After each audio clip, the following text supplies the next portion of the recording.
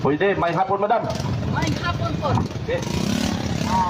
Ang akong pangutana, kini mga pastor, mga mine.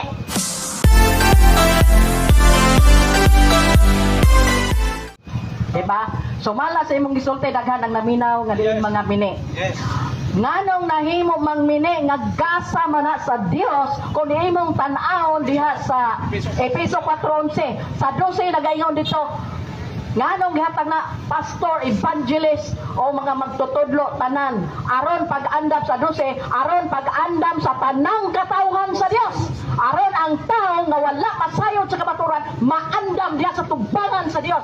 Kay daghang mga tao karon nga wala nagkinabuhi nakita na sa Ginoo nga ang tao kinahanglang makabaton og kaluwasan samtang buhi ka pa. Kay kung patay ka na wala nay patay nga mamata pa, wala nay patay nga maghinulsol pa, kundi karon ang mga buhi gusto sa Dios nga maandam unya nga makapuyo ta sa gingharian ngayang giandam. Unya moingon ta ang mga pastor mga mini nganong gigasa man sa Ginoong mini man yay na. So, si sister, wala din siya kasabot, ane. Nakaning pastor sa Efeso 4:11, sulod lang din sa simbahan nga gitoko ni Lord Jesus, dili na sa sikta. Mo na kulang din mo, sister. Ako basahon ha, for the sake sa itong mga listeners. Kami nagtuon man may that is why hanap-hanap na may musulti din eh. Ang akong ingon pastor sa sikta, dili pastor sa simbahan nga gitoko ni Lord Jesus. Kay dunay pastor sulod sa simbahan nga gitoko ni Lord Jesus, ug mo na kulang sa imong pagtuon, sister. Now, Efeso 4:11 ngadto sa 12. Biktima po si sister, no? Okay. Ang mga gasa niya mao nga ang uban yang gihimong mga apostoles. Asa man ni mga apostoles sakop sa gitoko ni Lord Jesus. Ang uban mga propeta sulod sa simbahan nga gitoko ni Lord Jesus ato na basahon nga nay propeta. Ang uban mga ebangelista sulod sa simbahan nga gitoko ni Lord Jesus. Ang uban mga pastor dinhi siya nalipat sulod gyapon na sa simbahan nga gitoko ni Lord Jesus. Ug asa na sila ron mo ni ato klaro ron. O ang mga magtutudlo kining gisgutan din sa Efeso 4:11 nga pastor sulod ni sa simbahan nga gitoko ni Lord Jesus. Idinto nato ang 12.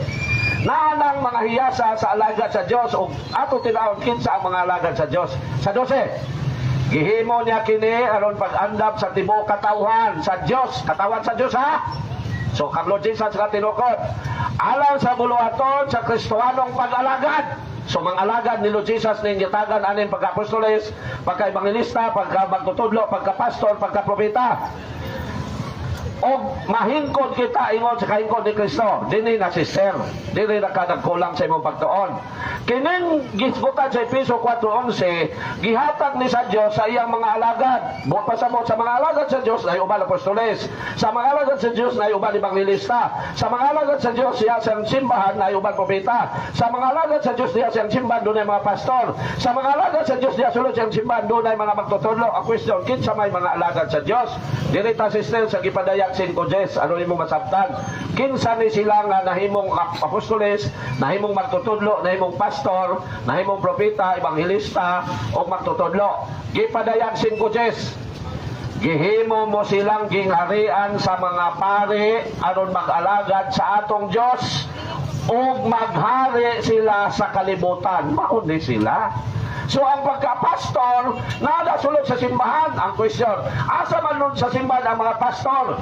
Mauna ang mga kura paroko, nag-atiman og parokya. Dili na sikta sa mga Foursquare Baptist kayo sa Foursquare na masuko ang Pentecostal amo na. Masuko pong sa Badista amo na. Dili. Usalan na kasimbahan. Dili na nagkadaya. Ngunit kulang ang panabot ni sister, no? Kulang yung pagsabot. Now, ano ang mga alagad sa Diyos pare man kay si Lord Jesus pare? Mingon pag yun ang Ginoong Diyos patya ang dimotoos pare. Iapil ato nagbasa ron. Ano magkaluin yun mo? Malinungdan ako. Nagtuon ko. Gihurot ko nagbasa ang Bible. Basa ko libro sa simbahan. Basa ko history. Ano makatabang ko sa mga tao nga nalimbungan sa mga founder o sikta o sa ilang mga pastor. Now, nabasa sa Bible ang kasulatan nga si Lord Jesus Pangulong pare sa Christian religion. Hebrew 3:1. Mga igsoon kong Kristohanon nga gitawag usab sa Dios. Himuan yung panig-ingnan si Jesus ang apostol o pangulong pari sa pagtuo nga atong gihuptan. Make His message known is our responsibility. So here we are to pledge our lives to the Lord of eternity.